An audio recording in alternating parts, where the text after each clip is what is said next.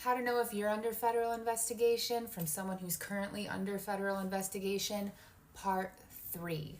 So you are going to be put in setup after setup after setup after setup for year after year after year.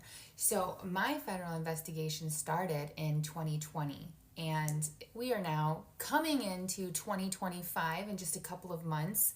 So this has been a long journey of constant traps and setups for almost 5 years now. And some of the setups are going to come from people that you thought were your friends. The government is very good at getting people to turn against you, and they are very good at getting these people to cooperate with them as confidential informants.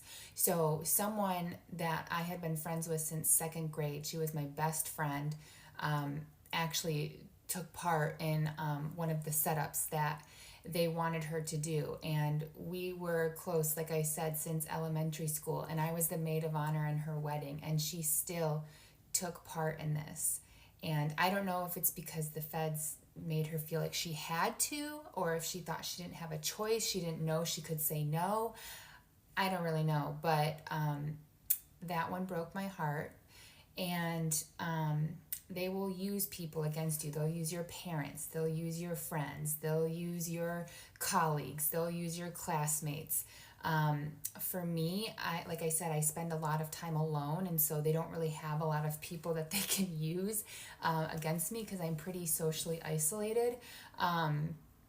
But they started to use people at the gym that I go to as confidential informants. And so they were able to recruit people who barely knew me to befriend me and put me in different setups and try to get me to say things that would make their case stronger, or that would make me look like I was doing something that I shouldn't be doing. And they're just very sneaky with how they do that. So it's kind of tough as someone who already struggles to make friends and keep friends. When you're going through a federal investigation, it keeps you even more isolated than you would already be without this going on, because now you can't trust anyone and you're just waiting for the next trap to come around the corner. And so at this point, it just makes it very difficult to have any relationships with anyone. But you will be put in setup after setup, and they will go after your parents, your family, your friends, your people that you associate with at the gym that you don't even know very well. They will get them to befriend you and try to get you to say things that will strengthen their case against you.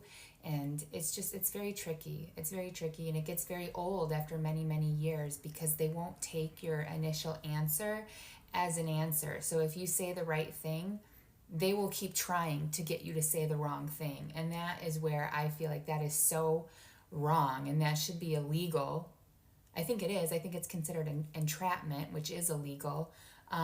But the fact that they keep trying to get you to say the wrong thing when you've already said the right thing many times in a row, it's like, stop trying. Take their answer as the answer, So I don't like that. I think that's a bunch of bullshit. But I've been aware of this investigation since it started, because it was very obvious when my mail and my packages started to come ripped open and taped back up right after my relationship with Lenny DePaul.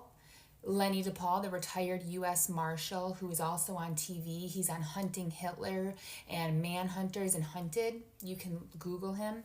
But yeah, right after I had a relationship with him, when my mail and packages started to arrive ripped open, I knew I was in for some trouble, and it's just been a very long 5 years. So, but that's how you'll know if you're under investigation. You will be put in trap after trap after trap from people, and gets old.